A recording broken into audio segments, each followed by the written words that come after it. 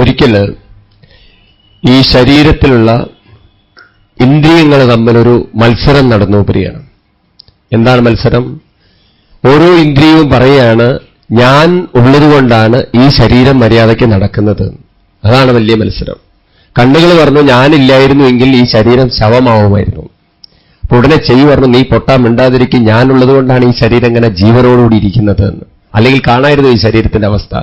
ഉടനെ നാവ് പറഞ്ഞു, നിങ്ങളൊക്കെ അടങ്ങിയിരിക്കും, ഞാനുള്ളത് കൊണ്ടാണ് ഈ ശരീരം നടക്കുന്നത് എന്ന്. ഉടനെ കൈകൾ പറഞ്ഞു, നിങ്ങളൊക്കെ അടങ്ങിയിരിക്കും, ഞാനുള്ളത് കൊണ്ടാണ്. കാലുകൾ പറഞ്ഞു, ഞാനില്ലായിരുന്നെങ്കിൽ നിങ്ങൾ ചലിക്കുന്നത് എനിക്ക് കാണാമായിരുന്നു. ഇങ്ങനെ ഇവര് തമ്മിൽ ഭയങ്കര മത്സരം പോര്. ഉടനെ ഇവര് ഇങ്ങനെ പോരടിച്ചപ്പോ, മത്സരിച്ചപ്പോ ഇവര് തമ്മിലൊരു സമ്മേളനമൊക്കെ കൂടിയിട്ട് പറഞ്ഞു, അങ്ങനെയാണെന്ന് വെച്ചാൽ നമുക്ക് നോക്കാലോ ആരുള്ളത് കൊണ്ടാണ് ഈ ശരീരം നടക്കുന്നത് എന്നുള്ളത്. ശരി, അവര് കാര്യങ്ങൾ അനുസരിച്ചു. എന്താണ് നിബന്ധന?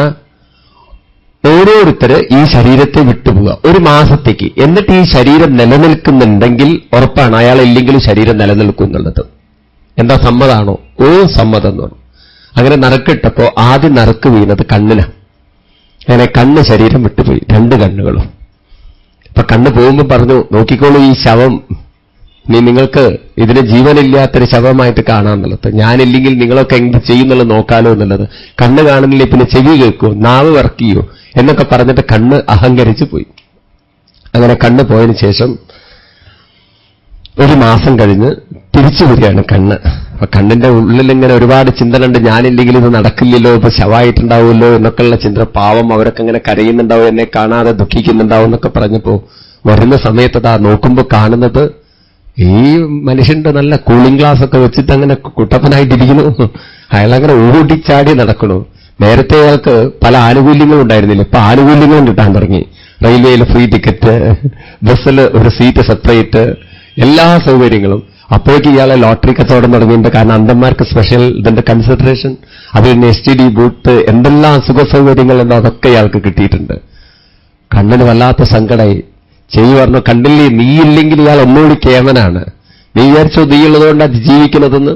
നോക്കടാന്ന്. നീ ഇല്ലെങ്കിൽ ലോകം നിലനിൽക്കുന്നു, ഇപ്പം മനസ്സിലായില്ലേ? കയറിക്കോ, നിന്റെ ഊഴം കഴിഞ്ഞില്ലേ? അവൻ കയറി. അതോടുകൂടിയിട്ട് അയാളുടെ എല്ലാം കഴിഞ്ഞു, കണ്ണ് വന്നതോടുകൂടിയിട്ട്. അത് കഴിഞ്ഞ് ചെവിയോട് പറഞ്ഞു, നീയല്ലേ പോണ്ടത്, നിന്റെ ഊഴം പോട്ടെ. അങ്ങനെ ചെവി പോകുന്ന സമയത്ത് പറഞ്ഞു, അഹങ്കരിച്ചുകൊണ്ട്, ഞാനില്ലെങ്കിൽ ഇയാൾക്കൊന്നും കേൾക്കില്ല, ഇയാളുടെ ജീവിതം പോക്കാണ്, അങ്ങനെയാണെന്നൊക്കെ പറഞ്ഞു പോയി. അങ്ങനെ ചെവിയും പോയി എന്ന് പറയാണ്. 1 മാസം കഴിഞ്ഞ് ചെവി തിരിച്ചു വരുമ്പോ വന്നു നോക്കുമ്പോ കാണുന്നത് ഇയാൾക്കൊന്നും പറ്റിയിട്ടില്ല. ഇയാളാ സുന്ദരമായിട്ട് അങ്ങനെ ഇപ്പൊ കുറെ കൂടി സമാധാനമുണ്ട്, ആർക്കെന്ത് വേണേയും പറയാനായി. നേരത്തെ പലരും പറയുന്നത് വേദന ഉണ്ടാക്കും, ഇന്നിപ്പോ അതൊന്നും കേൾക്കില്ല, അതുകൊണ്ട് സമാധാനായി. നിങ്ങൾ എന്ത് വേണമെങ്കിലും എന്നെക്കുറിച്ച് ആരോട് വേണമെങ്കിലും പറഞ്ഞോളൂ, ഒരു പ്രശ്നവുമില്ല. എന്താ, കഞ്ഞി വേണോ? ചോറ് വേണോ? എല്ലാറ്റിനും ഒരേ ഉത്തരവുള്ളൂ. കാരണം പണ്ട് ചോയ്സ് ഉണ്ടായിരുന്നു, അതൊന്നുമില്ല. സമാധാനമായിട്ട് ഇയാൾ ഇരിക്കുന്നുണ്ട്. അങ്ങനെ ചെവിക്കും മനസ്സിലായി, ഞാനില്ലെങ്കിൽ ഈ സിസ്റ്റം നടക്കും എന്നുള്ളത്. പിന്നെ നാവ് പോയി. നാവ് പോയപ്പോൾ നാവിന് തോന്നി, ഊണ് കഴിക്കാൻ പറ്റില്ല, ഭക്ഷണം കഴിക്കാൻ പറ്റില്ല, ടേസ്റ്റ് അറിയാൻ പറ്റില്ല, ഞാനില്ലെങ്കിൽ ഇയാൾ എങ്ങനെ ജീവിക്കാൻ. 1 മാസം കഴിഞ്ഞ് തിരിച്ചു വരുമ്പോൾ കാണുന്നത് ഇയാളുടെ തൊണ്ടയിലൊരു ദ്വാരൊക്കെ വെച്ച് പൈപ്പിലൂടെയാണ് ഇയാൾ കഴിക്കുന്നത്. പിന്നെ നാവിന്റെ ഒന്നും ആവശ്യമില്ല, അതും എല്ലാം ലിക്വിഡായിട്ട് ഇങ്ങനെ സിറിഞ്ചിലൂടെയൊക്കെ അയാൾ കഴിക്കുന്നു. നാവിന് മനസ്സിലായി, ഞാനില്ലെങ്കിൽ ഇയാൾ നടക്കുന്നു. ഇങ്ങനെ ഓരോരുത്തരും പോയിട്ടും ശരീരത്തിനൊന്നും പറ്റിയില്ല. അങ്ങനെ ഇരിക്കെ ഇവരുടെയൊക്കെ അഹങ്കാരം കണ്ടിട്ട് ഈ ശരീരത്തിലുള്ള ചൈതന്യം ശരീരത്തെ വിട്ടുപോകാൻ തുടങ്ങിയതാണ്. ആ ചൈതന്യം ശരീരത്തെ വിടാൻ തുടങ്ങിയപ്പോൾ കണ്ണുകളൊക്കെ വലിയാൻ തുടങ്ങി, ചെവിയുടെ കേൾവിക്ക് പോകാൻ തുടങ്ങി, നാവൊക്കെ വരളാൻ തുടങ്ങി, ശരീരത്തിന്റെ ചൂട് പോകാൻ തുടങ്ങി, എല്ലാം കൊണ്ടും ശരീരം അസ്വസ്ഥമാവാൻ തുടങ്ങി. അപ്പോഴാണ് ഇന്ദ്രിയങ്ങൾക്ക് മനസ്സിലായത്, ഞങ്ങളുള്ളതുകൊണ്ടല്ല ഈ ശരീരം പ്രവർത്തിക്കുന്നത്, ഇതിനെ ചൈതന്യവത്താക്കാനൊരു ഈശ്വര തേജസ്, ഈശ്വര ശക്തി ഈ ശരീരത്തിൽ നിറഞ്ഞിരിക്കുന്നത് കൊണ്ടാണ് എന്നുള്ളത്. അവിടെ എല്ലാവരും കൂടി അവിടെ വച്ച് ഭഗവാനെ സ്തുതിക്കുകയാണ്. ഭഗവാനോട് പറയുന്നു, നമാമിതേ ദേവപഥാരവിന്ദം.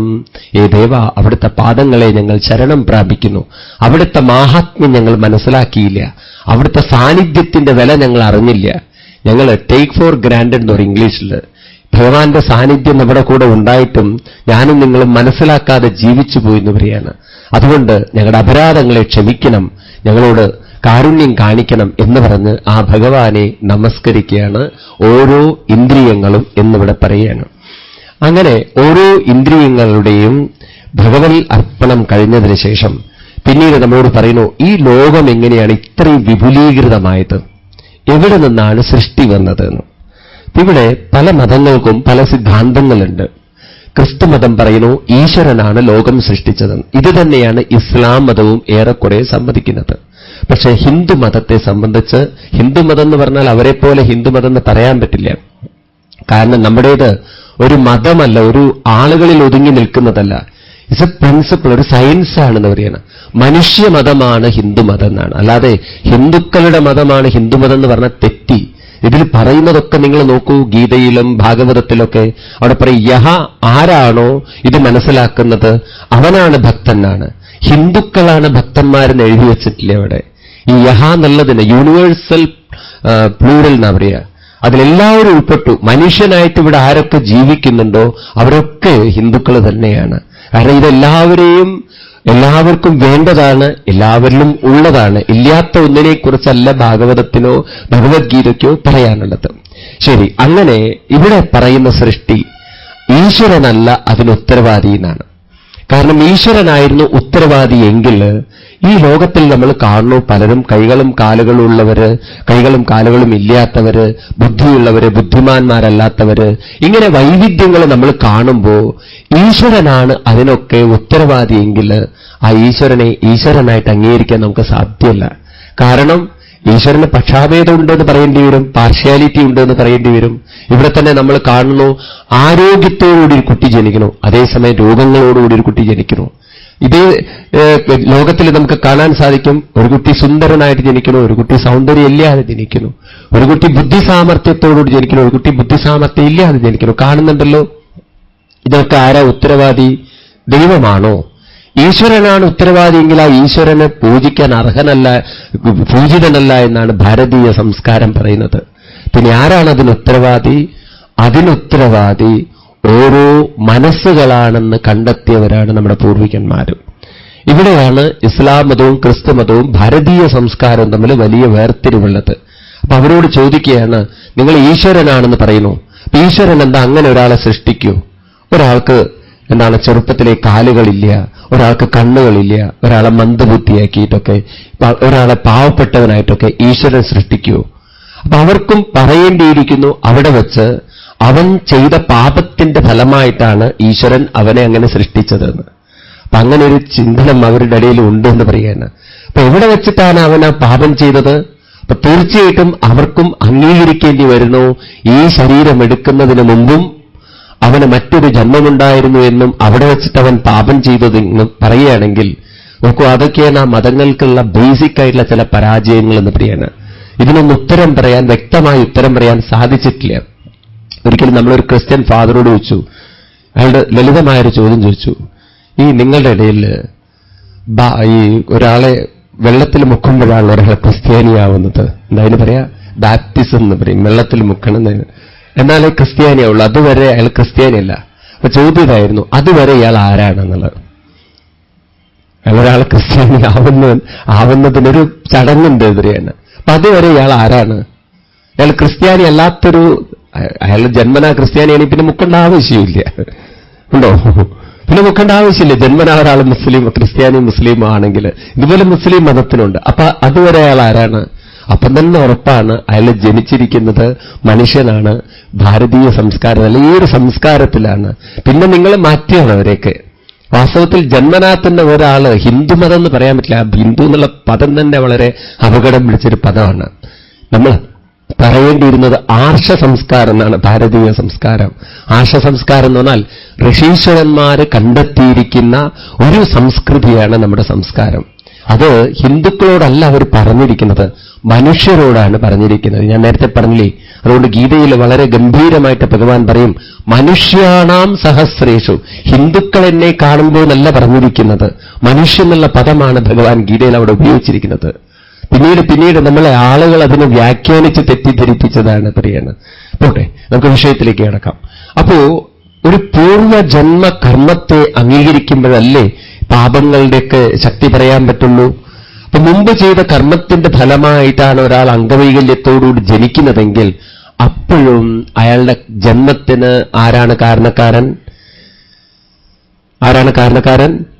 മുൻപ് ചെയ്ത പാപത്തിന്റെ ഫലമായിട്ടാണ് അംഗവൈകല്യത്തോടുകൂടി ഒരാൾ ജനിക്കുന്നതെന്ന് മറ്റ് മതങ്ങൾ പറയുന്നെങ്കിൽ അതിനാരാണ് ഉത്തരവാദി? അപ്പോഴും ഈശ്വരനല്ലല്ലോ, അയാളുടെ ജന്മം തന്നെയാണല്ലോ ഉത്തരവാദി, അല്ലേ? ചിന്തിക്കും നിങ്ങൾ. വാസ്തവത്തിൽ സൃഷ്ടിയിൽ ഈശ്വരന് വലിയ പങ്കൊന്നുമില്ല. ഇല്ല എന്ന് പറയാൻ പറ്റില്ല, ഈശ്വര സാന്നിധ്യത്തിലാണ് എല്ലാം നടക്കുന്നത്. പക്ഷെ അതിന് ഉത്തരവാദിത്വം മനസ്സുകളാണെന്ന് പറയുകയാണ്. അപ്പൊ ഇതാണ് നമ്മൾ ശ്രദ്ധിക്കേണ്ടത്. മനുഷ്യ മനസ്സാണ് സൃഷ്ടിക്ക് കാരണമെങ്കിൽ വളരെ വളരെ അത്ഭുതകരമായൊരു ശാസ്ത്രമാണ് നമ്മുടെ ഭാരതീയ സംസ്കാരത്തിന്റെ ശാസ്ത്രം, ഈ സൃഷ്ടിശാസ്ത്രം.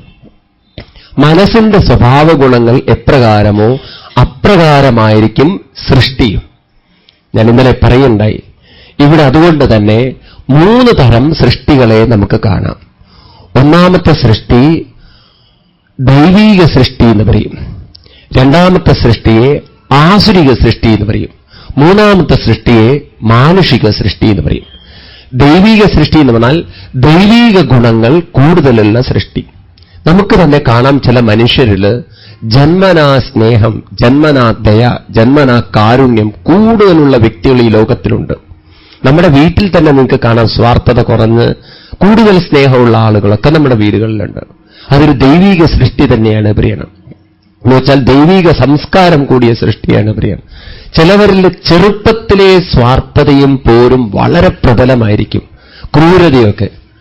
അങ്ങനെയുള്ള സൃഷ്ടികളെ ആസുരിക സൃഷ്ടികൾ എന്ന് പറയുന്നു.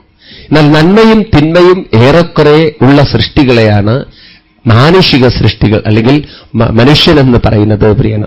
മനസ്സുകൊണ്ടാണ് ഇതൊക്കെ പറയുന്നത്, ശരീരം കൊണ്ടല്ല. മനസ്സിന്റെ അവസ്ഥയെക്കുറിച്ച് പറയുകയാണ്. അപ്പൊ ഇവിടെ കഥ പറയുമ്പോൾ നല്ല മനോഹരമായൊരു കഥ പറയാണ്.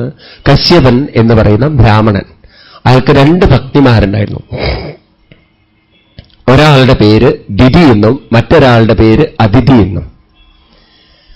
ഒരു ദിവസം സന്ധ്യാസമയത്ത് ദിതി വന്ന് ഭർത്താവിനോട് പറയാണ്, അങ്ങ് അതിഥിക്ക് പുത്രോത്പാദനമൊക്കെ ചെയ്തു, അവൾ സന്താനങ്ങളെ ഉത്പാദിപ്പിച്ചു, അവൾക്ക് നല്ല കുട്ടികളെയൊക്കെ കിട്ടി, എനിക്ക് അഞ്ച പുത്രന്മാരെ ഒന്നും തന്നില്ല, എന്നോടെന്തിനാ ഇങ്ങനെയൊക്കെ കാണിക്കുന്നത്, എനിക്കും വേണം പുത്രന്മാരെ, ഞാനെന്താ അങ്ങയുടെ പത്നിയല്ലേ, അങ്ങ് പുത്രനെ ഉത്പാദിപ്പിക്കേണ്ട അങ്ങയുടെ ധർമ്മമല്ലേ എന്നൊക്കെ പറഞ്ഞ ആ സന്ധ്യാസമയത്ത് ഭർത്താവിനെ പുത്രോത്പാദനത്തിന് പ്രേരിപ്പിച്ചു.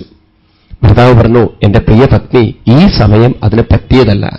കാരണം കാമത്താൽ നീ പീഡിതയാണെങ്കിലും സന്ധ്യാസമയം എന്ന് പറയുന്നത് പ്രകൃതിയിൽ ഒരു സന്ധ്യയുള്ള സമയമാണ്. ആ പ്രകാശം വിട്ട് ഇരുട്ടിലേക്ക് അന്തരീക്ഷം വ്യാപിക്കുന്ന സമയമാണ്. ഈ സമയത്ത് ആസുരിക ശക്തികളായിരിക്കും പ്രബലമായിരിക്കുക. അതുകൊണ്ടാണ് സന്ധ്യയ്ക്ക് നാമം ചൊല്ലണം എന്ന് പറയുന്നത്.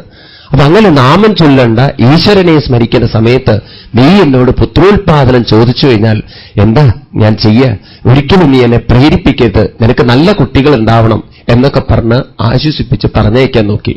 പക്ഷെ കാമപീഡിതയായ അവൾക്ക് ഭർത്താവിൽ നിന്നും അപ്പോൾ പുത്രോത്പാദനം വേണം. എന്നോടിപ്പോ ഒന്നും പറയരുത്, എനിക്കിപ്പോ പുത്രോത്പാദനം ചെയ്യണം, എന്നെ പിന്തിരിപ്പിക്കരുതെന്നൊക്കെ പറഞ്ഞ് ഭർത്താവിനെ ബലാത്കാരേണ പിടിച്ചു വലിച്ചു എന്നാണ്. കാമത്താൽ അവർക്ക് കണ്ണു കണ്ടില്ല, നിയന്ത്രിക്കാൻ സാധിച്ചില്ല. ആ സമയത്ത് ഭർത്താവിന് തോന്നി ഒരുപക്ഷെ ഈശ്വര ഇംഗിതം ഇതായിരിക്കാം എന്ന് പറഞ്ഞ് പുത്രോത്പാദനം ചെയ്തു എന്നാണ്. ആ സമയത്ത് പുത്രോത്പാദനം ചെയ്ത സമയത്ത് ഭർത്താവായ കശ്യപൻ അവളെ ശപിച്ചുകൊണ്ട് പറഞ്ഞു, എന്നെ നിർബന്ധിപ്പിച്ച് ഈ സന്ധ്യാസമയത്ത് പുത്രോത്പാദനത്തിന് പ്രേരിപ്പിച്ച നിനക്ക് 2 ആസുരിക സ്വഭാവമുള്ള കുട്ടികൾ ഉണ്ടാവട്ടെ, അവൻ സ്ത്രീകൾക്കും കുട്ടികൾക്കും ദ്രോഹം ചെയ്യുന്നവനായി തീരട്ടെ എന്ന് പറഞ്ഞ് ശപിച്ചു എന്നാണ്. അങ്ങനെ ആ സന്ധ്യാസമയത്ത് പുത്രോത്പാദനം ചെയ്തതിലുണ്ടായ കുട്ടികളാണത്രേ ഹിരണ്യാക്ഷനും ഹിരണ്യകശിപുവും എന്ന് കഥ പറയുകയാണ്. അപ്പൊ നോക്കൂ, ആ അച്ഛനതൊക്കെ പറഞ്ഞു കൊടുത്തു, അദ്ദേഹത്തിന് അത് കാണാനുള്ള ദീർഘവീക്ഷണം ഉണ്ടായിരുന്നു. എന്നിട്ടും ആ ഭാര്യയ്ക്ക് അത് സമ്മതമായില്ല. അതിലുണ്ടായ പുത്രനാണ് ഹിരണ്യാക്ഷനും ഹിരണ്യകശിപുവും എന്ന് പറഞ്ഞാൽ അച്ഛൻ കശ്യപൻ ബ്രാഹ്മണൻ, അദ്ദേഹത്തിന് 2 ഭക്തിമാര് ദിതിയെന്നും അതിഥിയെന്നും. അതിൽ ദിതിയിലുണ്ടായ കുട്ടികളൊക്കെ അസുരന്മാര്, അതിഥിയിലുണ്ടായ കുട്ടികളൊക്കെ ദേവന്മാര്. ഇതെങ്ങനെയാണ് അങ്ങനെ സംഭവിക്കുക? ഇവിടെയാണ് നമ്മുടെ ശാസ്ത്രം പറയുന്നത്, ഒരു സ്ത്രീയും പുരുഷനും ബന്ധപ്പെടുന്ന സമയത്ത് ഏത് കുട്ടിയാണ് ഉണ്ടാവേണ്ടതെന്ന് നിശ്ചയിക്കുന്നത് ആ സമയത്തുള്ള അമ്മയുടെ മനോവികാരവും ആ സമയത്തുള്ള ആ കാലത്തിന്റെ ശക്തിയുമാണ് പ്രിയാണ്. അമ്മയുടെ മനോവികാരങ്ങൾ ദുർബലമായാൽ, അമ്മയുടെ മനോവികാരങ്ങളിൽ കാമവും സ്വാർത്ഥതയും ദുഷ്ടതയും അസൂയയൊക്കെ പ്രബലമായാൽ അതിലുണ്ടാവുന്ന കുട്ടികളും അത്തരത്തിലായിരിക്കുന്നതാണ്. ഇതിപ്പോ ഭാരതീയ ശാസ്ത്രം പറയുന്നു. ഇതിന് ആധുനിക ശാസ്ത്രത്തിന്റെ വല്ല സപ്പോർട്ടുണ്ടോ? ആധുനിക സൈക്കോളജിയും ഇത് സമ്മതിച്ചിരിക്കുന്നു പറയാൻ. ഈ അടുത്ത കാലത്ത് അമേരിക്കയിലൊക്കെ നടന്ന ഗവേഷണങ്ങൾ കാണിക്കുന്നത് ഒരു പുത്രന്റെ സ്വഭാവം നിശ്ചയിക്കുന്നത് അമ്മയുടെ മനോവികാരങ്ങളാണെന്ന് അവരും കണ്ടെത്തിയിരിക്കുന്നു. ഇപ്പൊ അടുത്ത കാലത്ത് ഓസ്ട്രേലിയയിലും മറ്റും 100ഓളം സ്ത്രീകളെ, ഗർഭിണികളും പ്രസവിച്ച സ്ത്രീകളെ പരീക്ഷണത്തിന് വിധേയരാക്കി ഒരു കൂട്ടം ഡോക്ടർമാരും ശാസ്ത്രജ്ഞന്മാരും ചെയ്ത പരീക്ഷണത്തിൽ അവർക്ക് ഈ കാര്യം ശരിക്കും ബോധ്യപ്പെട്ടു എന്നാണ്. അങ്ങനെ ആധുനിക സൈക്കോളജി, ഞാൻ പറയുന്നത് നമ്മുടെ ഭാഗവതം പറയുന്നൊന്നുമല്ല, ഇന്നത്തെ ലേറ്റസ്റ്റ് സൈക്കോളജി പറയുന്ന കാര്യമാണ് പറയുന്നത്. സൈക്കോളജിയും ബയോളജിയും ചേർന്നിട്ട് നടത്തിയ പഠനമാണ് ഇത് പറയുന്നത്. ഒരു സ്ത്രീയും പുരുഷനും ബന്ധപ്പെടുമ്പോൾ ഒരു അണ്ഡത്തോട് അടുക്കാൻ കൊതിക്കുന്നത്, ചേരാൻ കൊതിക്കുന്നത് ലക്ഷക്കണക്കിന് ബീജാണുക്കളാണത്രേ. അതിലേത് ബീജാണുവാണ് അണ്ഡത്തോട് ചേരേണ്ടതെന്ന് നിശ്ചയിക്കുന്നത് ആ സമയത്തുള്ള അമ്മയുടെ മനോവികാരമാണെന്ന് ആധുനിക ശാസ്ത്രം നിസ്സംശയം പറഞ്ഞിരിക്കുന്നു. ഇത് തന്നെയല്ലേ നമ്മുടെ ആചാര്യന്മാര് മുമ്പ് പറഞ്ഞിരിക്കുന്നത്. അപ്പോ ആ അമ്മയുടെ മനസ്സിൽ ഉത്കൃഷ്ട വിചാരങ്ങൾ ഉണ്ടാവണമെങ്കിൽ അതിനൊരു തപസ് വേണമെന്നാണ്. അതുകൊണ്ടായിരിക്കാം എപ്പോൾ ഭഗവാൻ അവതരിക്കണം എന്ന് നിശ്ചയിക്കുന്നുവോ ആ സമയത്തെല്ലാം കശ്യപൻ ഭാര്യയോട് പറയും, നീ തപസ് ചെയ്യൂ എന്ന്. അങ്ങനെ പയോവ്രതം എന്നൊരു വ്രതം കാണാം നിങ്ങൾക്ക് ഭാഗവതത്തിൽ. അതുപോലെ തന്നെ ദേവകീ ദേവിയോടും വസുദേവരോടും ഭഗവാൻ കൃഷ്ണൻ പറയും, ഞാൻ നിങ്ങൾക്ക് പുത്രനായി അവതരിക്കാൻ കാരണം നിങ്ങൾ എത്രയോ കാലം കഠിനമായ തപസ് ചെയ്തതുകൊണ്ടാണെന്ന് ഭാഗവതത്തിലെ വരികളുണ്ട്. അപ്പൊ ഇങ്ങനെ വ്രതങ്ങളെടുത്ത് മനസ്സിനെ പരിശുദ്ധമാക്കിയിട്ട് ആ പരിശുദ്ധമായ മനസ്സിലേക്കാണ് പുത്രോത്പാദനം ചെയ്യുന്നതെങ്കിൽ വാസ്തവത്തിൽ ബീജവും അണ്ഡവുമല്ല കുട്ടിയുടെ സ്വഭാവത്തെ നിശ്ചയിക്കുന്നത്, അമ്മയുടെ മനോവികാരങ്ങളാണെന്ന് പറയുകയാണ്. എത്ര ഗംഭീരമാണ് നോക്കൂ. അതുകൊണ്ട് ഈ ലോകത്തില് ദുഷ്ടന്മാരൊക്കെ നമ്മൾ കാണുമ്പോൾ അത്ഭുതപ്പെടേണ്ട ആവശ്യമൊന്നുമില്ല. അത് വന്നിരിക്കുന്നത് അങ്ങനെ ദുഷ്ടത നിറഞ്ഞൊരു മനസ്സിൽ നിന്നാണ്. ക്രൂരന്മാരെയൊക്കെ കാണുമ്പോൾ അവിടെ നിന്നാണ് അത് വന്നിരിക്കുന്നത് പറയാണ്. സ്വാർത്ഥത നിറഞ്ഞൊരു മനസ്സിൽ നിന്ന് സ്വാർത്ഥതയുള്ള സ്വഭാവമുള്ള കുട്ടിക്ക് പുറത്തു വരാൻ സാധിക്കുള്ളൂ. ദുഷ്ടത നിറഞ്ഞ മനസ്സിൽ നിന്ന് ദുഷ്ടതയുള്ളൊരു ആൾക്ക് പുറത്തു വരാൻ സാധിക്കുള്ളൂ പറയാണ്. എത്രയോ തപസ്വിയായ വ്യാസർക്ക് ധൃതരാഷ്ട്രനെ പോലൊരു പുത്രനുണ്ടായി, പാണ്ഡുവിനെ പോലെ പുത്രനുണ്ടായി, വിതുരനെ പോലൊരു പുത്രനുണ്ടായി എന്ന് പറഞ്ഞാൽ അതിന് വ്യാസൻ മാത്രമാണോ ഉത്തരവാദി? ഇന്ന് ആധുനിക ശാസ്ത്രം തന്നെ പറയുന്നു, ലക്ഷക്കണക്കിന് ബീജാണുക്കളിൽ പല സ്വഭാവമുള്ള ബിന്ദുക്കളുണ്ടത്രേ. അതിൽ അംഗവൈകല്യമുള്ള ബിന്ദുക്കളുണ്ടാവാം, അതിൽ സ്വഭാവ ഗുണങ്ങളുള്ള ബിന്ദുക്കളുണ്ടാവാം, അതുപോലെ തന്നെ അതിൽ സ്വഭാവ ഗുണങ്ങളില്ലാത്ത ബിന്ദുക്കളുണ്ടാവാം. ഇതൊക്കെ ഈ ബീജബിന്ദുക്കളിൽ ഏത് ബീജമാണ് ചേരുന്നതെന്ന് നിശ്ചയിക്കുന്നത് അമ്മയുടെ ആ സമയത്തെ മനോവികാരമാണെങ്കിൽ ഒരു പിതാവിൽ നിന്നും ഏത് ബീജത്തെ സ്വീകരിക്കണം എന്ന് നിശ്ചയിക്കുന്നത് അമ്മ മാത്രമാണ്. ഇതാണ് സൃഷ്ടിയുടെ രഹസ്യം എന്ന് പറയാണ്. അതുകൊണ്ടാണ് ഭാരതീയര് ഈ പെൺകുട്ടികളെയൊക്കെ ചെറുപ്പത്തിലെ ആത്മീയ സംസ്കാരത്തിൽ വളർത്തണമെന്ന് പറയുന്നത്. അവർക്ക് ആത്മീയ സംസ്കാരം ഇല്ല എങ്കിൽ കേവലം സ്വാർത്ഥതയും പോരും മത്സരമൊക്കെയാണുള്ളതെങ്കിൽ അങ്ങനെയുള്ള കുട്ടികൾക്കൊക്കെ ജന്മം ഉണ്ടാവുള്ളൂ പ്രിയാണ്. കഴിഞ്ഞ മാസം നിങ്ങൾ പത്രത്തിൽ വായിച്ചിട്ടുണ്ടാവും, അമേരിക്കയിൽ 7ാം ക്ലാസ്സിൽ പഠിക്കുന്ന ഒരു കുട്ടി, പത്രത്തിലൊക്കെ വന്ന റിപ്പോർട്ടാണ്, ഇവൻ രാവിലെ തന്നെ ഗണ്ണുമായിട്ട് വീട്ടിൽ നിന്ന് പുറപ്പെടുന്നു, എന്നിട്ട് സ്വന്തം മുത്തച്ഛനെ ഷൂട്ട് ചെയ്ത്, മുത്തശ്ശിയെ ഷൂട്ട് ചെയ്ത്, വഴിയിൽ കണ്ട അവന്റെ സുഹൃത്തുക്കളെ മുഴുവൻ ഷൂട്ട് ചെയ്ത്, ക്ലാസ്സിലുള്ള അധ്യാപകരെ ഷൂട്ട് ചെയ്ത്, അങ്ങനെ 12 പേരെ 7ാം സ്റ്റാൻഡേർഡിൽ പഠിക്കുന്ന കുട്ടി ഷൂട്ട് ചെയ്ത് കൊന്നിട്ട് അവസാനം തലയ്ക്ക് ഷൂട്ട് ചെയ്ത് മരിച്ചത് ഇല്ലേ? പത്രത്തിൽ വായിച്ചിട്ടുണ്ടാവും നിങ്ങൾ. അപ്പൊ നോക്കൂ, ആ കുട്ടിയിൽ അങ്ങനെ ഒരു ക്രൂരത വരുമ്പോൾ ഞാനും നിങ്ങളും ആ കുട്ടിയെ അങ്ങോട്ട് നിന്ദിക്കും. ഇത്ര ക്രൂരത കുട്ടികൾക്കുണ്ടാവും, ഇന്നത്തെ സമൂഹം അങ്ങനെയല്ലേ? ഞാനും നിങ്ങളും ആ കുട്ടിയുടെ പിന്നിലുള്ള ഒരു അമ്മയുടെ മനോവികാരത്തെ തിരിച്ചറിയുന്നില്ല പ്രിയാണ്. മനസ്സിലാവുണ്ടോ നിങ്ങൾക്ക്? ഒരു ഹിരണ്യാക്ഷനും ഹിരണ്യകശിവും ക്രൂരന്മാരായതിന്റെ പിന്നിൽ ഒരമ്മയുടെ മനോവികാരത്തെ നമ്മളാരും തിരിച്ചറിയുന്നില്ല പ്രിയാണ്. അങ്ങനെ ആ അമ്മയുടെ മനോവികാരത്തിൽ നിന്നാണ് സൃഷ്ടി ഉണ്ടാവുന്നെങ്കിൽ ആ മനോവികാരങ്ങൾ ഉത്കൃഷ്ടമായി തീരാൻ ആത്മീയ സംസ്കാരത്തിലൂടെ മാത്രമേ സാധിക്കുകയുള്ളൂ എന്നത് കണ്ടുകൊണ്ടാണ് ന സ്ത്രീ സ്വാതന്ത്ര്യമർഹതി എന്ന് സ്വയംഭൂവമനു എഴുതി വച്ചത്. സ്ത്രീ സ്വാതന്ത്ര്യമർഹതി എന്ന് പറഞ്ഞാൽ സ്ത്രീകൾക്ക് റോട്ടിലിറങ്ങാനും അതുപോലെ തന്നെ ഓഫീസിൽ പോകാനും സ്വാതന്ത്ര്യം ഇല്ല എന്നുള്ളതല്ല. അതൊക്കെ രാഷ്ട്രീയക്കാർ പറഞ്ഞങ്ങോട്ട് തെറ്റായിട്ട് അതിനെ വ്യാഖ്യാനിച്ചു പ്രിയാണ്. നമുക്ക് പറ്റിയ വലിയ കുഴപ്പം എന്താണെന്ന് വെച്ചാൽ ഈ ഭഗവത്ഗീതയും ഭാഗവതമൊക്കെ വ്യാഖ്യാനിക്കുന്നത് ഒന്നാമത് രാഷ്ട്രീയക്കാരാണ്. അവർക്കാണെങ്കിലോ അതിന് ABCD അറിയില്ല എന്ന് മാത്രമല്ല, അവരുടെ നിലനിൽപ്പിന് അത് എത്രമാത്രം വ്യാഖ്യാനിക്കുക എന്നുള്ളത് അവർ കണ്ടെത്തിയിട്ടുണ്ട്. വളരെ സുന്ദരമായിട്ട് ആളുകളെ തെറ്റിദ്ധരിപ്പിക്കാൻ അവർക്ക് സാധിച്ചിട്ടുണ്ട് പ്രിയന്. പിന്നെ സ്ത്രീ സ്വാതന്ത്ര്യമർഹതി എന്ന് പറഞ്ഞാൽ സ്ത്രീകൾക്ക് റോട്ടിലിറങ്ങാൻ സ്വാതന്ത്ര്യമില്ല എന്നല്ല, സ്ത്രീ എന്നും സുരക്ഷിതയായിട്ടിരിക്കണമെന്നാണ്. സ്ത്രീയുടെ മനസ്സെന്നും ആദരണീയമായിരിക്കണം. അതുകൊണ്ടല്ലേ ഭാരതീയര് ഈശ്വരനെ ആദ്യം സ്ത്രീയിലാണ് കണ്ടത്, അല്ലാതെ ആണിലല്ല കണ്ടത് പ്രിയാണ്. വിദ്യാഭ്യാസമൊക്കെ കഴിഞ്ഞിട്ട് കുട്ടിയോട് പറയാണ് ഗുരുനാഥൻ, ഇനി നീ ഈശ്വരനെ പൂജിക്കുമെന്ന്. എവിടെ പോയിട്ട്? അമ്പലങ്ങളിൽ പോയിട്ടല്ല. അന്ന് വേദകാലങ്ങളിലൊന്നും അമ്പലമോ വിഗ്രഹങ്ങളോ ഉണ്ടായിരുന്നില്ല. ഇന്നിപ്പം നമുക്ക് സൗകര്യമാണ് വിഗ്രഹങ്ങളിലൂടെ ഈശ്വരനെ പൂജിക്കാം. അന്ന് അതൊന്നും ഉണ്ടായിരുന്നില്ല. അപ്പൊ ചോദിച്ചു, എങ്ങനെയാണ് ഗുരുനാഥ പൂജിക്കേണ്ടത് എന്ന് പറഞ്ഞു കൊടുക്കുകയാണ്. മാതൃദേവോഭവ, പിതൃദേവോഭവ, ആചാര്യദേവോഭവ, അതിഥിദേവോഭവ, ഇങ്ങനെയൊക്കെ നീ ഈശ്വരനെ പൂജിക്കുമെന്ന്. ആദ്യം അമ്മയിലൂടെ പൂജിക്കുമെന്നാണ്. ആ അമ്മ ആദരണീയായതുകൊണ്ടല്ലേ എങ്ങനെ പൂജിക്കാൻ പറയുന്നത്? ഇങ്ങനെ ആദരണീയമായൊരു ജന്മം എടുത്ത് ആദരണീയമായ പുത്രന് ജന്മം കൊടുത്തുകൊണ്ട് തീരേണ്ടവളാണ് ഓരോ അമ്മമാരും. അങ്ങനെ ഒരു സംസ്കാരം നമ്മൾ കുട്ടികൾക്ക് ചെറുപ്പത്തിലേ പകർന്നു കൊടുക്കണം എന്ന് പറയാണ്. എന്തോ ഈ കാലഘട്ടത്തിൽ നമ്മൾ ഇതൊന്നും അത്ര ശ്രദ്ധിക്കുന്നില്ല. വെറും പുസ്തകം പഠിച്ച് കുറെ എഞ്ചിനീയർ ആക്കണം, ഡോക്ടറാക്കണം, അത് കഴിഞ്ഞാൽ പിന്നെ ജോലിയായി, അത് കഴിഞ്ഞാൽ അവരായി അവരുടെ പാടായി, പിന്നെ പാടോട് പാടായി, അങ്ങനെ ജീവിതം കഴിച്ചു കൂട്ടണോ പ്രിയാണ്. അതെന്നൊക്കെ മാറിയിൽ കുറച്ച് സമയമൊക്കെ ആധ്യാത്മികമായിട്ടുള്ള സംസ്കാരം, ഭഗവത്ഗീതയോ ഭാഗവതമോ അതൊക്കെ വീട്ടിലൊക്കെ വായിച്ച് പറഞ്ഞു കൊടുക്കാനുള്ള ഒരു സംസ്കാരം ഉണ്ടെങ്കിൽ, മനോവികാരങ്ങൾ ഉത്കൃഷ്ടമായി തീർന്നാൽ അതിൽ നിന്നും ഉണ്ടാവുന്ന സന്താന പരമ്പരകളിലും അത്തരത്തിലുള്ള ഉത്കൃഷ്ടമായ മനോവികാരങ്ങൾ ഉണ്ടാവും എന്നത് നമുക്ക് ശാസ്ത്രം കാണിച്ചു തരുന്നു. ഇനി നിങ്ങൾക്ക് കാണാം, 6ാമത്തെ മാസം ഭാഗവതം കേട്ടപ്പോഴാണ് പ്രഹ്ലാദൻ എന്ന കുട്ടി ഗർഭപാത്രത്തിൽ വെച്ച് ഭാഗവതം കേട്ടതെന്ന് ഇനി നമുക്ക് നാളെ കാണാൻ സാധിക്കുന്നത്. അപ്പോൾ ഇവിടെ ഈ ഭാഗം പറഞ്ഞു ഉപസംഹരിപ്പിക്കണോ?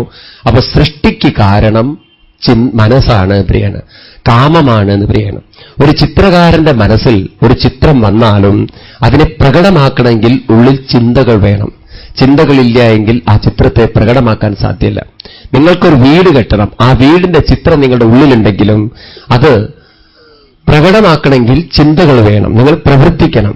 ചിന്തകളിലൂടെ പ്രവർത്തിച്ചാലേ ആ വീടെന്ന സ്വപ്നത്തെ യാഥാർത്ഥ്യമാക്കാൻ സാധിക്കുകയുള്ളൂ. അപ്പൊ കാമത്തിൽ നിന്നും, കാമമാകുന്ന ചിന്തകളിൽ നിന്നുമാണ് സൃഷ്ടി വരുന്നതെങ്കിൽ എവിടെയാണ് സൃഷ്ടിയിരിക്കുന്നത് ചോദിച്ചു കഴിഞ്ഞാൽ കാമങ്ങളിലാണ് സൃഷ്ടിയിരിക്കുന്നത്.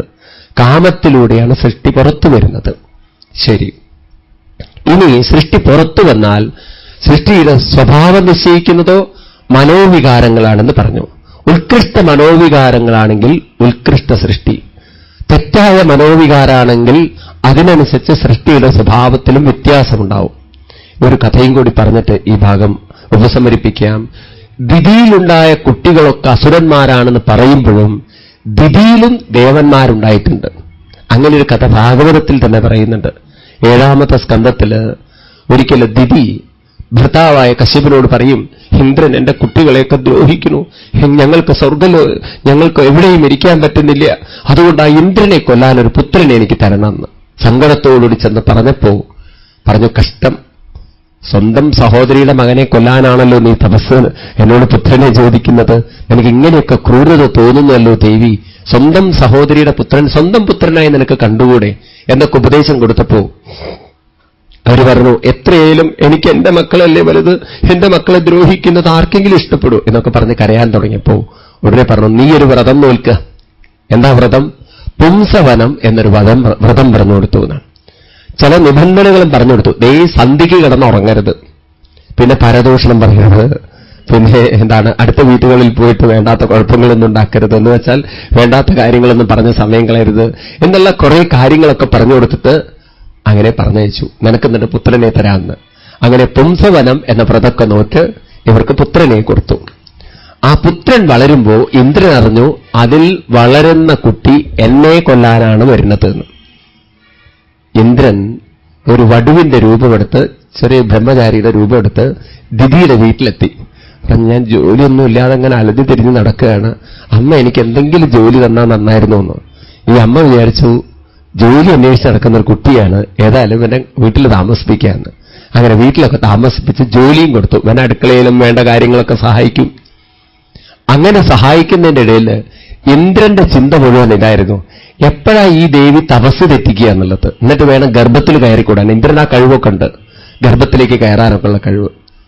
അങ്ങനെ അന്വേഷിച്ച് നോക്കിയിരിക്കുമ്പോൾ ഒരു ദിവസം സന്ധ്യയ്ക്ക് കിടന്നുറങ്ങാൻ പാടില്ലാത്ത സമയത്ത്, സന്ധ്യയ്ക്ക് ഗർഭിണികൾ കിടന്നുറങ്ങരുതെന്നാണ്, ഉറങ്ങാൻ പാടില്ലാത്ത സമയത്ത്, ആ സമയത്ത് ഗർഭത്തിലേക്ക് കയറി.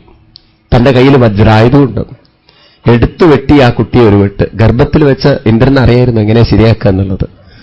വെട്ടിയതും അത് 2 കഷ്ണമായി. രണ്ടും കരയാൻ തുടങ്ങി, 2 കഷ്ണങ്ങളും. ഇന്ദ്രന് പേടി, ഇത് രണ്ടും കൂടി കരഞ്ഞ അമ്മ എണീക്കുമെന്നുള്ളത്. അവിടെ വെച്ച് വീണ്ടും 2 കഷ്ണത്തെ വീണ്ടും വെട്ടി 7 ആയിട്ടാണ് നുറുക്കി. 7 എണ്ണം വീണ്ടും കരയാൻ തുടങ്ങി. വീണ്ടും ഓരോന്നിനെയും 7 ആയിട്ട് നുറുക്കി 49 കഷ്ണാക്കി മാറ്റി. 49ഉം ഒരു മനുഷ്യരൂപത്തെ എടുക്കണു, കരയാൻ തുടങ്ങി, കൂട്ടക്കരച്ചിൽ. അവസാനം ഇന്ദ്രൻ തോന്നി ഇങ്ങനെ വെട്ടിക്കഴിഞ്ഞാൽ ആകെ കുഴപ്പമാണ്, ഇനി മതി എന്ന് പറഞ്ഞിട്ട് നിർത്തി. സ്ഥലമില്ല അതിൻ്റെ അകത്ത്, 49 പേരായി. എന്നിട്ട് പറഞ്ഞു, ഒരു കാര്യം ചെയ്യുക, നിങ്ങളൊന്ന് കരയേണ്ട, ഞാൻ നിങ്ങളുടെ സഹോദരനാണ്, ഞാനും നിങ്ങളുടെ കൂടെ ജനിക്കാം, പേടിക്കേണ്ട എന്നൊക്കെ പറഞ്ഞ് വജ്രായുധമൊക്കെ മാറ്റിവെച്ച് ഇന്ദ്രനും അതിൻ്റെ ഉള്ളിൽ തന്നെ കൂടി. അങ്ങനെ ഗർഭം പാകമായി ദിതിദേവി പ്രസവിക്കുകയാണ്. ഒരു കുട്ടിക്ക് വേണ്ടിയിട്ടാണ് തപസ് ചെയ്തത്. പ്രസവിച്ച് നോക്കുമ്പോൾ 1, 2, 3 ഇതാ വരുന്നു, ഇങ്ങനെ ഒന്നിന് പുറകെ ഒന്നായിട്ട്. ഇതെന്താ പന്നി പ്രസവിക്കുന്നത് പോലെ ഞാനിങ്ങനെ പ്രസവിക്കണു. അങ്ങനെ ഭർത്താവിനോട് ചോദിച്ചു, ഒന്നിനു വേണ്ടിയിട്ടാണല്ലോ ഞാൻ തപസ് ചെയ്തത്, അപ്പൊ ഇങ്ങനെ വരുന്നു 49, 50 എണ്ണം. അതിൽ 50ാമത്തെ പ്രസവിച്ചവൻ ചാടി എണീറ്റു ഇന്ദ്രൻ. ഇന്ദ്രൻ പറഞ്ഞു, ദേവി, ഞാൻ അവിടുത്തെ പുത്രനല്ല, ഞാൻ അവിടുത്തെ ആരുമല്ല, ഞാൻ ഇന്ദ്രനാണ്. നിന്നെ കൊല്ലാനല്ലേ ഞാൻ ഇത്രയും തപസ്സൊക്കെ ചെയ്തതെന്ന്. ഞാൻ ഒരു കുട്ടിക്ക് വേണ്ടിയിട്ടാണല്ലോ തപസ്, ഇതെങ്ങനെ 49 എണ്ണം ഉണ്ടായതെന്ന്. ഉടനെ പറഞ്ഞു, അവരെന്നെ കൊല്ലുമെന്ന് വിചാരിച്ച് ഞാൻ അവരെ കൊല്ലാൻ നിശ്ചയിച്ചു. അവരെ കൊല്ലുമ്പോൾ ഇവരൊക്കെ കഷ്ണങ്ങളതാ മനുഷ്യരൂപം എടുത്തിട്ട് കരയാൻ തുടങ്ങി. അപ്പൊ ഞാൻ പറഞ്ഞു, പേടിക്കണ്ട, ഞാൻ സഹോദരനല്ലേ, നിങ്ങളെ ദ്രോഹിക്കില്ല, കൊല്ലില്ല എന്ന് പറഞ്ഞു. അപ്പോഴാണ് അവർ ശാന്തരായതെന്ന്. അങ്ങനെ അപ്പോഴേക്കും ദേവിയുടെ മനസ്സുണ്ടല്ലോ തപസ്സിനാൽ ശാന്തമായിരുന്നു, ദ്രോഹബുദ്ധിയൊന്നും തോന്നിയില്ല. ഇന്ദ്രനോട് കൈകൂപ്പിയിട്ട് പറഞ്ഞു, ഏതായാലും ഇന്ദ്ര ഒരു കാര്യം ചെയ്യൂ, നിന്റെ കൂടെ ജനിച്ചതല്ലേ, അതുകൊണ്ട് നീ ഇവരെയൊക്കെ കൊണ്ടുപോയിക്കോളൂ എന്ന്, ഇവരൊക്കെ ദേവന്മാരായി തീരട്ടെ എന്ന്.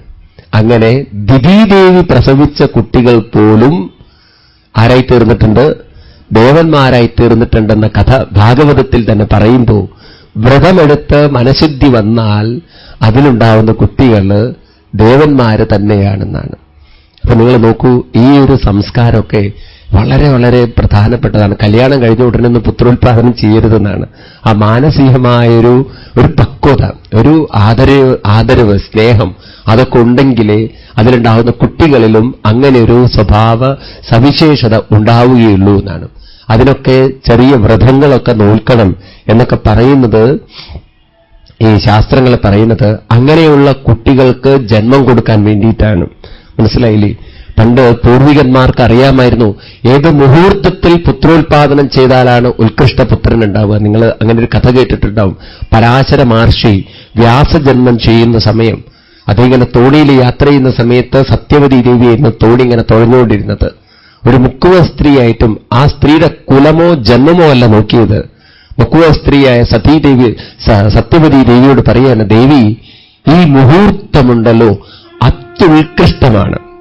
ഈ സമയത്തൊരു പുത്രനെ തരികയാണെങ്കിൽ ആ പുത്രൻ ലോകത്തെ മുഴുവൻ നയിക്കുന്ന, ലോകത്തിന് മുഴുവൻ ബഹുമാനം കൊടുക്കുന്ന, ലോകത്തിന് മുഴുവൻ നന്മ ചൊരിയുന്ന ഒരു വ്യക്തിയെ തീരും. അങ്ങനെ ഒരു കുട്ടിക്ക് ജന്മം കൊടുക്കാൻ ദേവിക്ക് സാധിക്കുമോ എന്ന്. ഉടനെ ദേവി പറഞ്ഞു, ഞാൻ കല്യാണം കഴിക്കാത്ത കുട്ടിയാണല്ലോ, കന്യകയാണല്ലോ, എന്റെ ചാരിത്രഭംഗം വരില്ലേ എന്ന് മാത്രമല്ല, ഈ തോണിയിൽ വെച്ച് ഇത്ര പരസ്യമായി അങ്ങയുമായിട്ട് ബന്ധപ്പെടി ആളുകൾ എന്ത് കരുതും, ഞാനൊരു വേശ്യയായിട്ട് ആളുകൾ എന്നെ കണക്കാക്കില്ലേ എന്ന്. ഉടനെ ആ ശുദ്ധ മനസ്സ് കണ്ടപ്പോ ഉടനെ തന്നെ വ്യാസമഹർഷി പരാശര മഹർഷി പറയാണ്, അതിനെക്കുറിച്ചൊന്നും ദേവി പേടിക്കണ്ട, അതൊക്കെ ഞാൻ മറച്ചോളാന്ന്. അങ്ങനെ മൂടൽമഞ്ഞ് സൃഷ്ടിച്ചു എന്നാണല്ലോ മഹാഭാരതം കഥ പറയുന്നത്. മൂടൽമഞ്ഞ് സൃഷ്ടിച്ചുകൊണ്ട് അവിടെ വെച്ച് തന്റെ ബീജത്തെ ദേവിക്ക് കൊടുത്തു. ആ ബീജമാണ് പിന്നീട് വ്യാസനായിട്ട് ഉണർന്നു വന്നത് പ്രിയൻ. അങ്ങനെ വ്യാസോൽപത്തിയെക്കുറിച്ചൊരു കഥയുണ്ട് പ്രിയൻ. ഈ കഥകളൊക്കെ എന്തിനാ പറയുന്നത്? നമ്മുടെ പൂർവികന്മാർക്ക് ഇതിലൊക്കെ ഉണ്ടായിരുന്ന സൂക്ഷ്മമായ പരിജ്ഞാനമാണ്. എന്തോ നമുക്കത് നഷ്ടപ്പെട്ടു പ്രിയാണ്. ഇത്ര ഗംഭീരമായൊരു സംസ്കൃതിയിൽ ജനിച്ച നമ്മളൊക്കെ അതിന്റെ സൂക്ഷ്മതകൾ മറന്നുപോയിട്ട് ഇതാ ഒരു കേവലം ഒരു മനുഷ്യ ജീവിതത്തിൽ അങ്ങനെ കല്യാണം കഴിക്കണോ, പുത്രോത്പാദനം ചെയ്യണോ, അവരൊക്കെ വളർത്തണോ, അവരൊക്കെ പഠിപ്പിക്കണോ, പിന്നെ അതിലുള്ള സുഖദുഃഖങ്ങൾ അനുഭവിച്ചുകൊണ്ട് മുന്നോട്ട് പോകുന്നു പ്രിയാണ്. ഇതിന്റെയൊക്കെ പിന്നിൽ വലിയ വലിയ ശാസ്ത്രങ്ങളും കാര്യങ്ങളും തത്വങ്ങളുമുണ്ട് എന്ന് ഭാഗവതം നമുക്ക് കാണിച്ചു തരികയാണ്. ഏതായാലും ദിതി ഗർഭിണിയായി 100 വർഷം ഗർഭത്തെ ചുമന്ന് അങ്ങനെ മനസ്സിലായി ഇത് ക്രൂരന്മാരാവും നിന്യന്മാരാവുന്നൊക്കെ. എങ്കിലും ഒരു അനുഗ്രഹം കൊടുത്തു കശ്യപൻ. എന്താ അനുഗ്രഹം? ദിതി അവിടുത്തെ പുത്രന്മാരൊക്കെ ക്രൂരന്മാരും ദുഷ്ടന്മാരൊക്കെ ആണെങ്കിലും അവിടുത്തെ പുത്രന്റെ പുത്രൻ വലിയ ഭാഗവതോത്തമനായിത്തീരുമെന്ന് അനുഗ്രഹം ചൊരിഞ്ഞു. അങ്ങനെ പ്രഹ്ലാദനെ അവിടെ വെച്ച് തന്നെ മുൻകൂട്ടി അനുഗ്രഹിക്കുകയാണ് കശ്യപൻ മഹർഷി പറയണം. അങ്ങനെ 100ാമത്തെ വർഷം പ്രസവമൊക്കെ ചെയ്ത് ഹിരണ്യാക്ഷനും ഹിരണ്യകശിപും പ്രകടമായി. ഹിരണ്യാക്ഷൻ ജനിച്ചപ്പോൾ തന്നെ പറയാണ് അമ്മയോട്, എന്റെ കൈ തരിക്കണോ, ആരെങ്കിലുമൊക്കെ ഒന്ന് ഇടിക്കണമെന്ന്. ഇന്നലെ കണ്ടുണ്ടോ കഥ? ഉടനെ പറഞ്ഞു, എന്നെ അച്ഛനെ കൊഴിച്ച് വേറെ ആരെയാണെങ്കിലും ഇടിച്ചോളൂ എന്ന്. അവിടെ നിന്ന് വരുണലോകത്തിലേക്ക് പോകുന്നു. പിന്നെ വരുണനുമായിട്ട് പറഞ്ഞതിന് ശേഷം, ഏറ്റുമുട്ടിയതിന് ശേഷം പിന്നീട് ഭഗവാനെ വരാഹരൂപത്തിൽ കാണുന്നു. പിന്നെ വരാഹമൂർത്തിയുമായി ഏറ്റുമുട്ടി മരിക്കുന്നു എന്നാണല്ലോ കഥ. ആയിരുന്നു ഈ ഹിരണ്യാക്ഷനും ഹിരണ്യകശിപുവും എവിടെ നിന്നാണ് ഇവർ വന്നത് എന്ന്. അതിന്റെ പിന്നിലുള്ള ഒരു കഥയിലേക്ക് കടക്കുകയാണ് സൂത മഹർഷി. ആരാണിവര്? ഭഗവാൻ വൈകുണ്ഠമൂർത്തിയായിട്ടിരിക്കുമ്പോൾ ഭഗവാന്റെ 2 പാർഷദന്മാരായിരുന്നു ജയനെന്നും വിജയനെന്നും പേരുള്ള 2 പേര്. ഇവർ കാവൽക്കാരായിട്ട് ഭഗവത് സേവനം ചെയ്തുകൊണ്ടിരിക്കുമ്പോൾ ഭഗവാന്റെ പരമഭക്തന്മാരായ സനൽകുമാരാദി മഹർഷീശ്വരന്മാര് ഒരു ദിവസം ഭഗവാനെ കാണാൻ വൈകുണ്ഠ ലോകത്തിലെത്തി. ഇവരുടെ പ്രത്യേകത എന്താ വെച്ചാൽ ചെറുപ്പത്തിലെ പരമജ്ഞാനികളായതുകൊണ്ട് ദേഹബോധം ഒട്ടും ഉണ്ടായിരുന്നില്ല. അപ്പൊ ശരീരത്തിൽ വസ്ത്രം വേണം, ശരീരം അങ്ങനെ അതിൽ എന്താണ് ആണിൻ്റെതായിട്ടുള്ള രൂപഭാവങ്ങളുണ്ട്, ഇത് കാണും മറ്റുള്ളവർ, അങ്ങനെയുള്ള ചിന്തകളെ അവരുടെ മനസ്സിലേക്ക് കടന്നുപോയില്ല പറയാണ്. ശരീരബോധം ഒട്ടും ഉണ്ടായിരുന്നില്ല. അതുകൊണ്ട് അവർക്ക് ശരീരത്തിൽ വസ്ത്രം ഉണ്ടാവാതെ അവധൂതന്മാരെ പോലെ നടന്നു എന്നാണ്. അങ്ങനെ ശരീരത്തിൽ വസ്ത്രം ധരിക്കാതെ ഇവർ വൈകുണ്ഠ ലോകത്തിലെത്തി വാച്ച്മാൻമാരോട് മാറി നിൽക്കാൻ പറഞ്ഞപ്പോൾ അവർ പറഞ്ഞു, ഇവിടെ കുറെ കോഡ് ഓഫ് ഡ്രസ് ഉണ്ടെന്ന്. ഡ്രസ്സിന് ചില കോഡുകളുണ്ട്, അതൊക്കെ ഇട്ടാലും ഇങ്ങോട്ട് അകത്തേക്ക് കയറാൻ പറ്റുള്ളൂ എന്ന്. ഞങ്ങൾ രാമതീർത്ഥ സ്വാമികളെ കുറിച്ച് കേട്ടിട്ടോ അറിയില്ല. പഞ്ചാബ് യൂണിവേഴ്സിറ്റിയിൽ മാത്തമാറ്റിക്സ് പ്രൊഫസറായിരുന്നു ഇദ്ദേഹം. പിന്നീട് വിവേകാനന്ദ സ്വാമികളുടെ ശിഷ്യനായിട്ട് മാറി. കൂടുതൽ കാലം അമേരിക്കയിലും ജാപ്പാനിലായിരുന്നു. രാമതീർത്ഥ സ്വാമികൾ എന്നാണ് അദ്ദേഹത്തിന്റെ പേര്. അങ്ങനെ അദ്ദേഹം ഒരിക്കൽ അമേരിക്കയിലിരിക്കുമ്പോൾ ഒരു പ്രഭു ഇദ്ദേഹത്തെ ഒരു ഡിന്നറിന് വിളിച്ചു. അദ്ദേഹത്തിന്റെ വീട്ടിൽ എന്തോ ഫംഗ്ഷൻ ഉണ്ടെന്ന്. അപ്പോൾ രാമതീർത്ഥ സ്വാമികൾ ഒരു കാവ് മുണ്ടും ധരിച്ച് കാവ് ബനിയനൊക്കെ ധരിച്ച് അവിടേക്ക് ചെന്നപ്പോൾ വാച്ച്മാൻ പറഞ്ഞു, അങ്ങനെയൊന്നും ഇവിടെ കയറി വരാൻ പറ്റില്ല, ഇവിടെ കുറെ ഡ്രസ് കോഡുകളുണ്ട് എന്ന്, അതിട്ടാലേ ഇങ്ങോട്ട് കയറാൻ പറ്റുള്ളൂ എന്ന്. ഇവിടെ രാമതീർത്ഥ സ്വാമികൾ പറഞ്ഞു, എനിക്ക് ആ പ്രഭുവിനെ ഒന്ന് കാണണമെന്ന്. അങ്ങ് സൂട്ടും കോട്ടും ഇട്ടാലേ അകത്ത് തന്നെ കയറാൻ പറ്റുള്ളൂ, പിന്നെയല്ലേ പ്രഭുവിന്. ഇവിടെ അലഞ്ഞു തിരിഞ്ഞ് നടക്കുന്ന യാചകന്മാർക്ക് വരാൻ പറ്റിയ സ്ഥലമല്ല. ഇത് കേട്ടപ്പോൾ ചോദിച്ചു, ഇവിടുത്തെ ഡ്രസ് കോഡ് എന്താണെന്ന്. ഇവിടെ സൂട്ട് വേണം, കോട്ട് വേണം, ഇതൊക്കെ ഇട്ടിട്ട് ധരിച്ചിട്ട് വേണം, പാൻറ്റൊക്കെ ഇട്ടിട്ട് ധരിച്ച് വേണം ഇവിടെ കയറാൻ. രാമതീർത്ഥ സ്വാമികൾ എന്ത് ചെയ്തു, പോയി സൂട്ടും കോട്ടൊക്കെ വാങ്ങിച്ച് നല്ല ഗെറ്റപ്പിൽ അങ്ങോട്ട് കയറി ചെന്നു. ഉടനെ തന്നെ വാച്ച്മാൻ കൊടുത്തു പാസ്. നേരെ പ്രഭുവിന്റെ അടുത്ത് പോയി. അദ്ദേഹത്തെ കണ്ടപ്പോൾ അദ്ദേഹം ചോദിച്ചു, എന്താ സ്വാമികൾ ഇങ്ങനെയൊക്കെ വന്നിരിക്കുന്നതെന്ന്. അല്ല, നിങ്ങളുടെ അവിടെ പറഞ്ഞു ഈ സാധനങ്ങളൊക്കെ ധരിച്ചാലേ അകത്തേക്ക് ഗേറ്റിൽ അകത്ത് കയറാൻ പറ്റുള്ളൂ, അതുകൊണ്ട് പിന്നെ നിവർത്തിയില്ലല്ലോ ധരിച്ചു. അപ്പോഴേക്കും പിന്നെ സേവകന്മാരോട് ജ്യൂസ് അത് ഇതൊക്കെ കൊണ്ടുവരാൻ പറഞ്ഞു. അദ്ദേഹം വെജിറ്റേറിയൻ ആണല്ലോ, അതൊക്കെ കൊണ്ടുകൊടുത്തു. സ്വാമികൾ എന്ത് ചെയ്യും, ഈ ജ്യൂസ് കിട്ടിക്കഴിഞ്ഞപ്പോൾ ഉടനെ തന്നെ കോട്ടിലേക്ക് കൊണ്ട് ഒഴിക്കാൻ തുടങ്ങി. എന്താ സ്വാമികൾ ഇങ്ങനെയൊക്കെ ചെയ്യുന്നത്, കുടിക്കാനുള്ള സാധനമല്ലേ, കോട്ടിലേക്ക് ഒഴിക്കുന്നത്, അത് വൃത്തികേടാവില്ലേ എന്ന്. ഉടനെ പറയാണ്, എനിക്കിവിടെ വലിയ സ്ഥാനമൊന്നുമില്ല, ഈ കോട്ടിനാണ് ഇവിടെ സ്ഥാനം. കോട്ടിട്ടില്ലായിരുന്നെങ്കിൽ എനിക്ക് അകത്തേക്ക് വരാൻ പറ്റില്ലായിരുന്നു.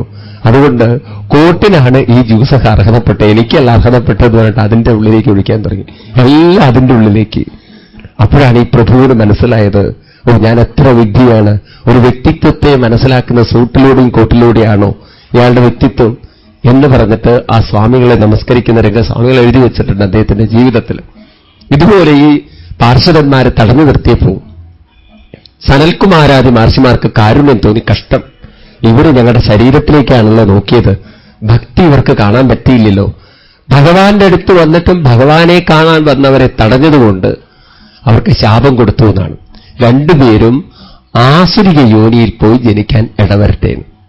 അങ്ങനെ സനൽകുമാരാദി ഋഷീശ്വരന്മാരാൽ ശാപം കിട്ടിയതാണ് ജയവിജയന്മാരാണ് പിന്നീട് ഹിരണ്യാക്ഷനും ഹിരണ്യേശുവും ആയിത്തീർന്നതെന്ന കഥ ഇവിടെ പറയുകയാണ്. ഈ കഥയിലൂടെ നമ്മൾ ഓർമ്മിപ്പിക്കുന്നത് എന്താണ്? നമ്മുടെ ഉള്ളിൽ മറ്റൊരാളോട് അല്പമെങ്കിലും വിദ്വേഷം തോന്നിക്കഴിഞ്ഞാൽ തീർച്ചയായിട്ടും ഉയരുന്നതിന് പകരം നമ്മൾ താഴാനുള്ള സാധ്യതകളുണ്ട് പറയാണ്.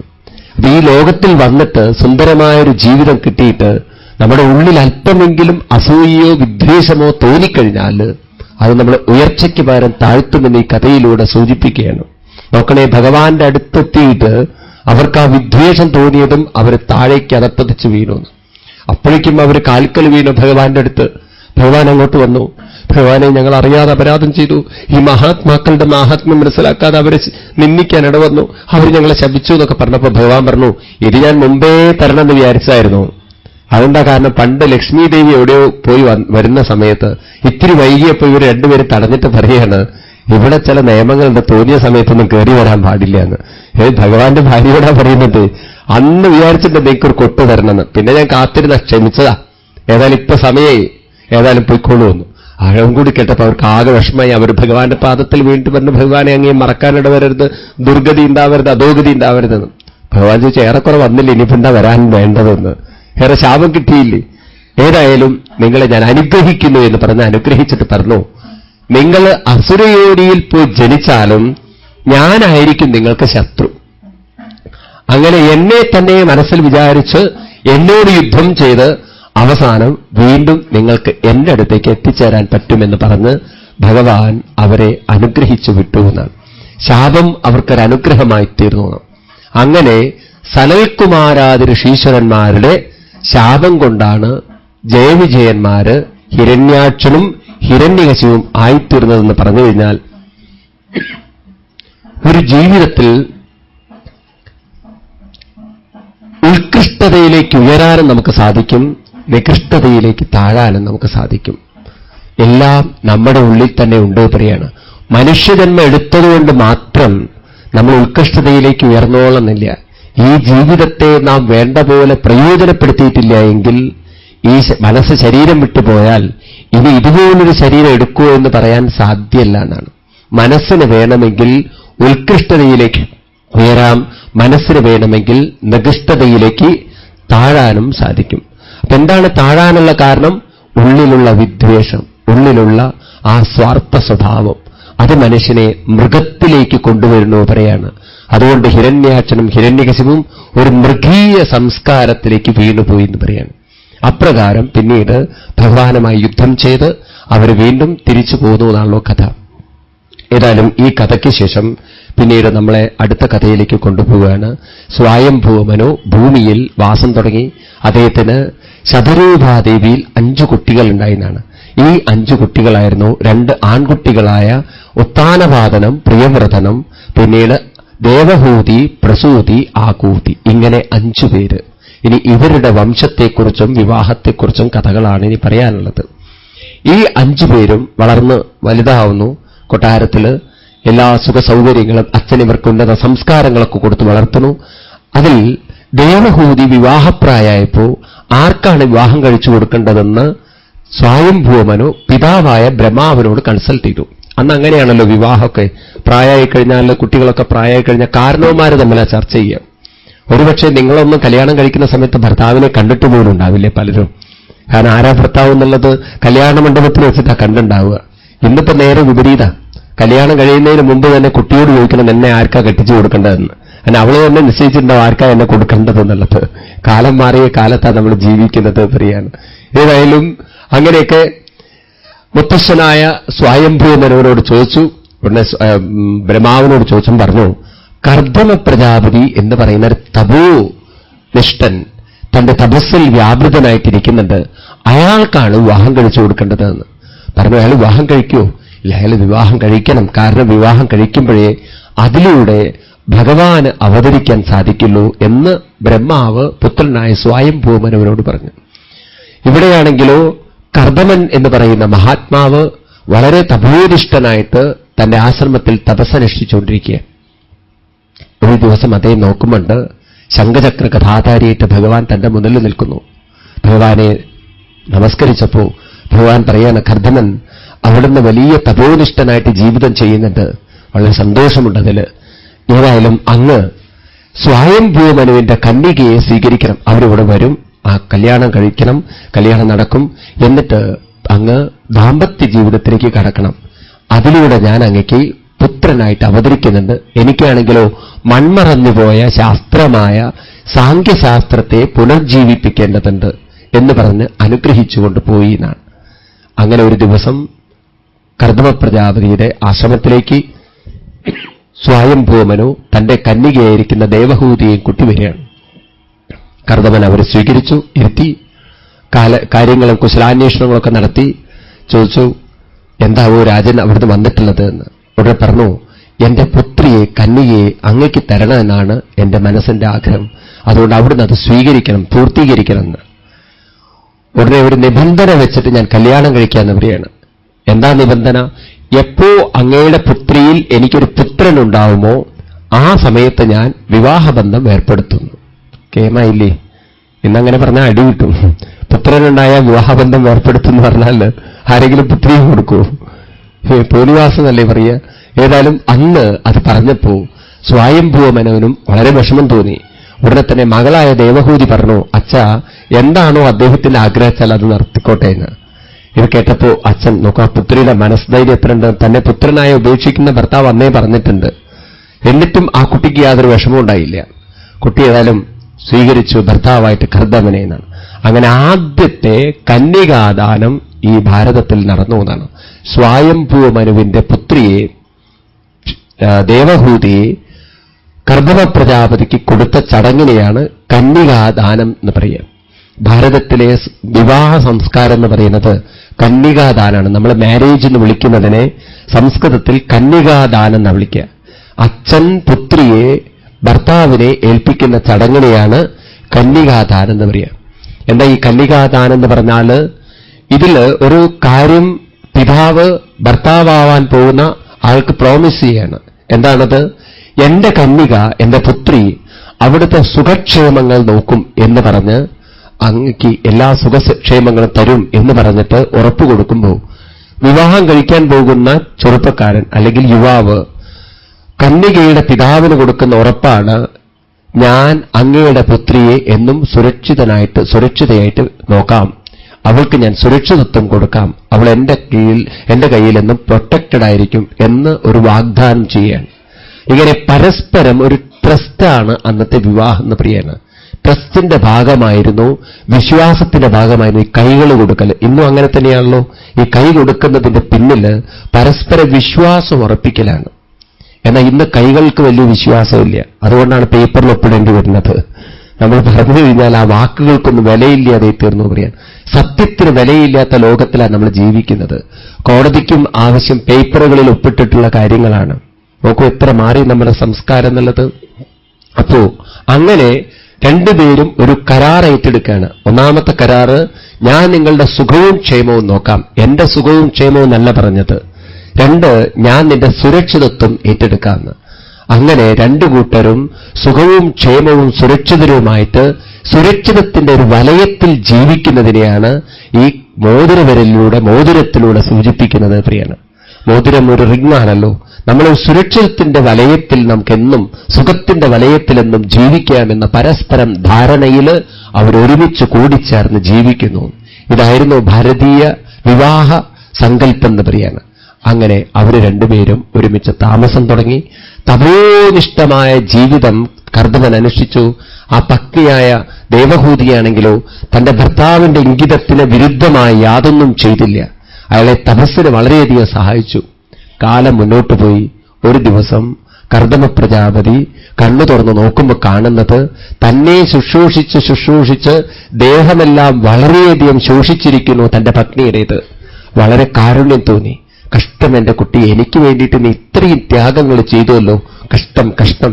ഏതായാലും നിന്റെ തപസ്സിൽ ഞാൻ പ്രീതനായിരിക്കുന്നു എന്ന് പറഞ്ഞിട്ട് എന്ത് വരം വേണമെങ്കിലും ചോദിച്ചോളൂ എന്ന് പറഞ്ഞപ്പോ ആ ദേവഹൂതി ചോദിക്കുന്ന വരമാണ്, എനിക്ക് അമ്മയായി തീരാൻ മോഹമുണ്ട്, അതുകൊണ്ട് എനിക്ക് പുത്രോത്പാദനം അങ്ങ് ചെയ്യണമെന്ന്. ഇത് കേട്ടതും ദാമ്പത്യ ജീവിതത്തിലേക്കാണ് ഇനി കടക്കേണ്ടതെന്ന് മനസ്സിലാക്കി അവിടെ വെച്ച് അവർ ദാമ്പത്യ ജീവിതത്തിലേക്ക് കടക്കുകയാണ്. അതിനാദ്യം തന്നെ കർദമ പ്രജാപതി ചെയ്തത് തന്റെ തപശക്തി കൊണ്ട് 7 നിലയുള്ളൊരു വിമാനത്തെ സൃഷ്ടിച്ചു എന്നാണ്. നമുക്ക് ആ കാലഘട്ടത്തിൽ വിമാനം എന്നൊക്കെ പറയുമ്പോൾ വ്യാസർക്ക് ചിന്തിക്കാൻ സാധിച്ചു എന്ന് പറഞ്ഞാൽ അത്ഭുതമാണ്.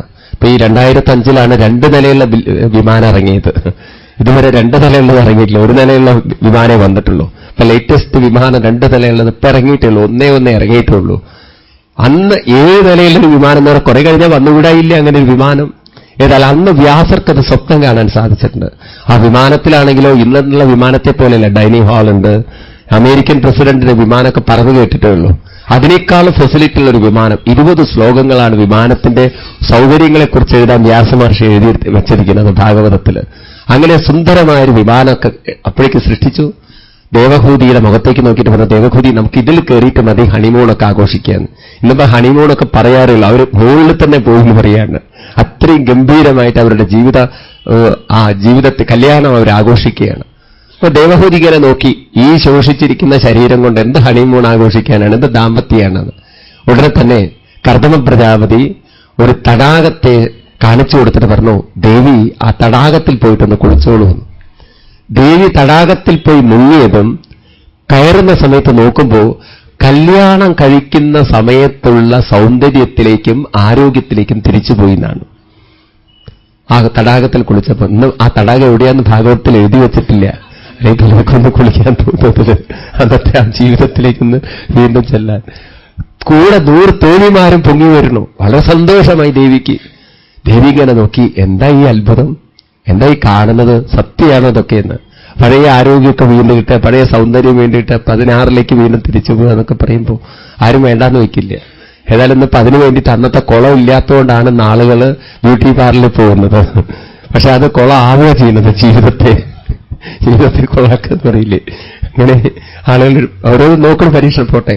അത് കഴിഞ്ഞിട്ട് കർദമന്റെ മുഖത്തേക്ക് നോക്കി, അല്ല ഞാനിങ്ങനെ സൗന്ദര്യമുള്ള സുന്ദരി, അവിടെ നിന്നിങ്ങനെ ശോഷിച്ചുകൊണ്ടൊരു തപോനിഷ്ഠൻ, എന്ത് ദാമ്പത്യമാണെന്ന്. ഇത് കണ്ടപ്പോ തന്റെ തപശക്തി കൊണ്ട് കർദമനും യൗവനത്തെ സ്വീകരിച്ചു പറയണം. അപ്പൊ എന്താ ഈ കഥകളിലൂടെയൊക്കെ പറയുന്നത്, ദാമ്പത്യ ജീവിതം എന്ന് പറയുന്നത് ആ യൗവനത്തിൽ തന്നെ ആസ്വദിക്കുമ്പോഴാണ് ആ ദാമ്പത്യ ജീവിതത്തിന് പൂർണ്ണത ഉണ്ടാവുന്നത് എന്നാണ്. അങ്ങനെ അവര് വിവാഹ ജീവിതത്തിലേക്ക് കടക്കണു. ആ വിമാനത്തിലേക്ക് കടന്ന് അവിടെ ചുറ്റിക്കറങ്ങാൻ തുടങ്ങി. പല ലോകങ്ങളെ, ഗന്ധർവ ലോകത്തിൽ, അതുപോലെ ചന്ദ്രലോകത്തിൽ, പല ലോകങ്ങളിലും കറങ്ങി കുറേ വർഷങ്ങൾ, ഭാഗവതം പറയുന്നു 100 വർഷം അവർ കറങ്ങി എന്നാണ് ദാമ്പത്യ ജീവിതം. അങ്ങനെ അവർ നോക്കുമ്പോൾ 9 പെൺകുട്ടികൾ അവർക്കുണ്ടായി. 9 പെൺകുട്ടികൾ വന്നതിന് ശേഷം ഒരു ദിവസം കർദമൻ പറഞ്ഞു, ഇനി എന്നെ തപസ് ചെയ്യാൻ പറഞ്ഞയക്കണം, നമുക്കിവിടെ വെച്ച് പിരിയാന്ന്. ആ സമയത്ത് ദേവഹൂതി പറയാണ്, ഒരു മോഹം കൂടി എനിക്ക് ബാക്കിയുണ്ട്, അത് കഴിഞ്ഞിട്ട് അങ്ങ് പോയിക്കോളൂ എന്ന്. എന്താവോ ദേവിയുടെ മോഹം എന്ന് ചോദിച്ചും പറഞ്ഞു, ഈ 9 പെൺകുട്ടികളെയും യോഗ്യരായ ഭർത്താക്കന്മാരെ എത്തിക്കണം. 2, എന്റെ ജീവിതത്തിൽ ഇപ്പോഴും എനിക്ക് പൂർണ്ണ സംതൃപ്തി, സുഖം, സന്തോഷം, സമാധാനം അനുഭവിക്കാൻ പറ്റിയിട്ടില്ല.